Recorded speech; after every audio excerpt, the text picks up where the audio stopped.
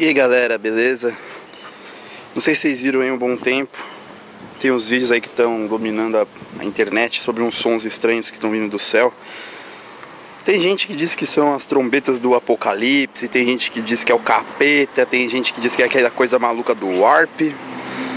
Mas não sei o que é. Muita gente diz também que é montagem e tal, mas só, faz uns 3 minutos mais ou menos eu ouvi um som vindo do céu. E é estranho, eu fiquei meio cabreiro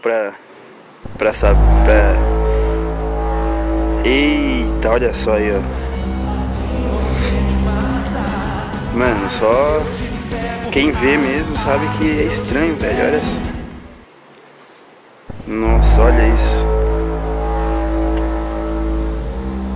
São os gladiadores do terceiro milênio. Eu achei a princípio que tá com cara de chuva e achei que era trovão e tal, mas não, o som é muito estranho o som. E eu não sei muito bem não, cara. Tô ficando meio com medo.